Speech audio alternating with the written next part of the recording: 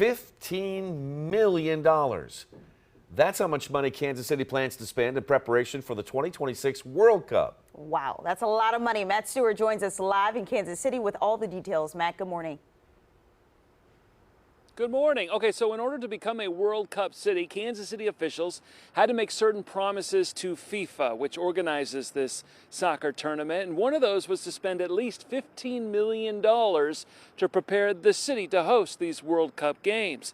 So later this morning, Kansas City Mayor Quinton Lucas will introduce an ordinance to the Transportation, Infrastructure, and Operations Committee to approve where this $15 million will come from. A third of it will come from the new short-term rental tax.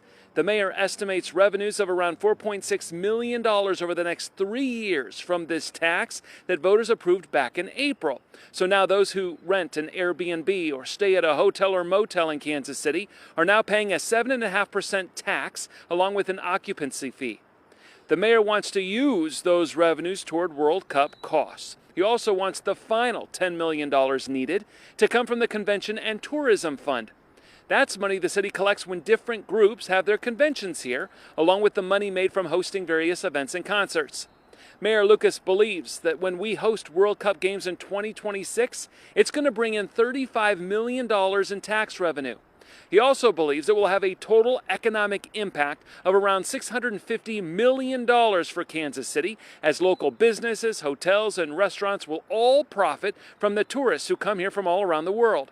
Now, the $15 million from the city is going to pay for police, fire, paramedics, and sanitation services. The mayor wants the city clean and looking its best, so the city's going to hire people to pick up the trash. He also wants visitors to stay safe, so the money will be used to ensure that there are enough police officers working during the games.